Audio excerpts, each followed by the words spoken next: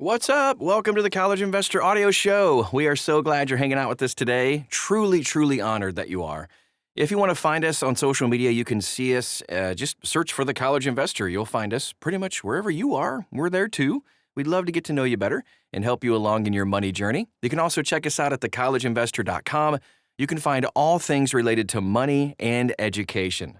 thecollegeinvestor.com. Today we talk about the public service loan forgiveness and its eligibility restrictions as they move forward for comment. Just a quick hitter today, but let's take a look at the PSLF. So there's a new rule from the Department of Education that could reshape the Public Service Loan Forgiveness Program, or PSLF, by redefining which people qualify.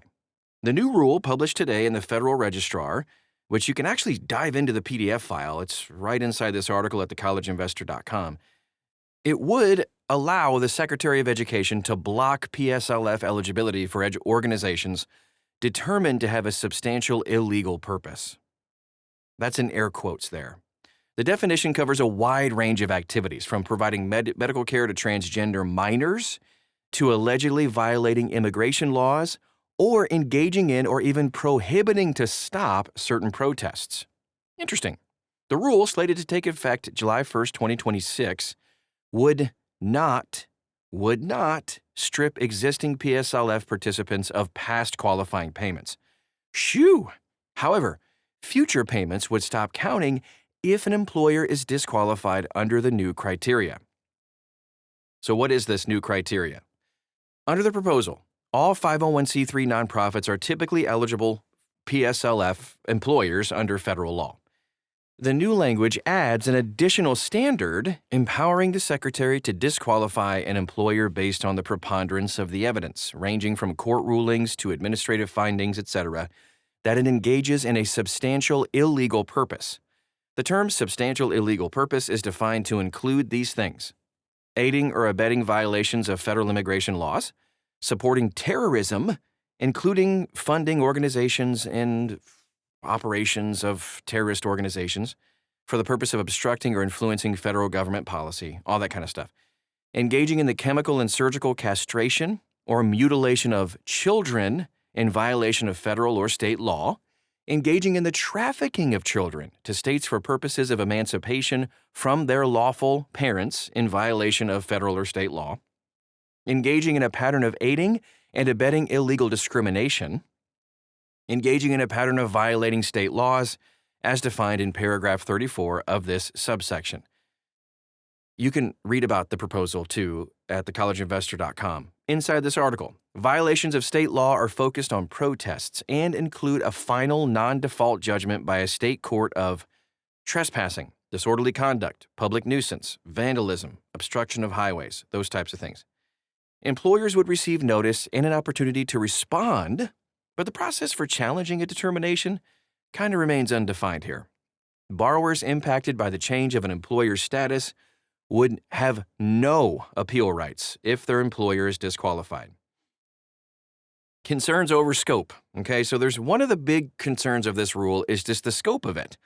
On the surface, it seems like a good idea, but even the final rule acknowledges employer qualification will be linked to the EIN used for reporting to the IRS, so employees in one area or agency may be affected by the activities of employees in other organizations under the same EIN.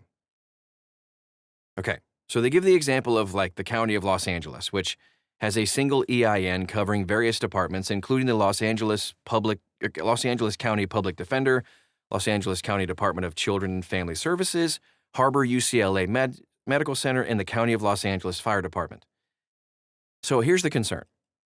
If one group or agency is found to be disqualified under the new rules, all employees across the entire covered EIN would be disqualified, even if they have no connection to the disqualifying issue. So in the LA example, if they found that, the UCLA Medical Center, for instance, was, doing transgender things with minors, that could actually disqualify a firefighter that has no connection to the issue. Furthermore, the rule appears contrary to the existing rules that all 501c3 organizations are eligible for PSLF, unless their nonprofit status is revoked through all the existing IRS processes. The existing law clearly says an organization under Section 501c3 of the Internal Revenue Code of 1986 that is exempt from taxation under Section 501A of the Internal Revenue Code. As such, it's likely going to be subject to legal challenges for both exceeding the scope of the rulemaking process and for other potential violations of civil rights and higher education laws. But all that said, here's what comes next for borrowers and employers. The proposed rule is not yet in effect. You have a little under a year. The Department of Education will take public comments for 30 days, starting on August 18th. So we have started this. After it reviews the comments, the Department of Education will likely release the final rule by October 31st of 2025 so that it can take effect on July 1st, 2026 as planned. That's also assuming that it doesn't get blocked by legal challenges along the way, which it probably will. So borrowers working for potentially affected employers are encouraged to do these three things. Submit PSLF employment certification forms before the new rules.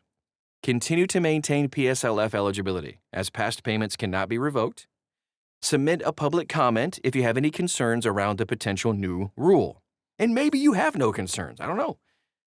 But with more than 1 million borrowers benefiting from PSLF right now, the PSLF program is working.